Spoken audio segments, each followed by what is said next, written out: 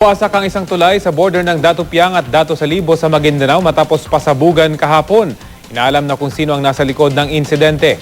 May ulat on the spot si Chino Gaston. Chino?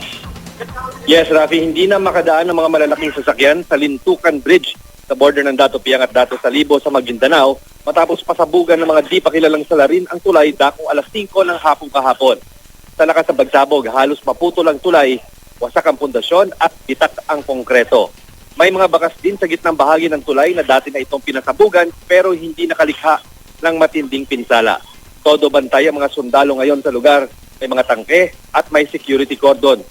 Hirap ang mga tao ngayon na maitawid ang mga produkto gaya ng mga gulay, palay at iba pang paninda. Mano-mano o di kaya sa tricycle, kinakarga ang mga kargamento. Kilalang area ng Bangsamoro Islamic Freedom Movement o BIFM ang lugar. Pero una na nilang itinanggi na sila ang nasa likuran ng pinakahuling pagsabog dito sa Maguindanao. At yan ang latest mula rito sa Maguindanao. Balik sa iyo, Rocky. Maraming salamat, Chino Gaston.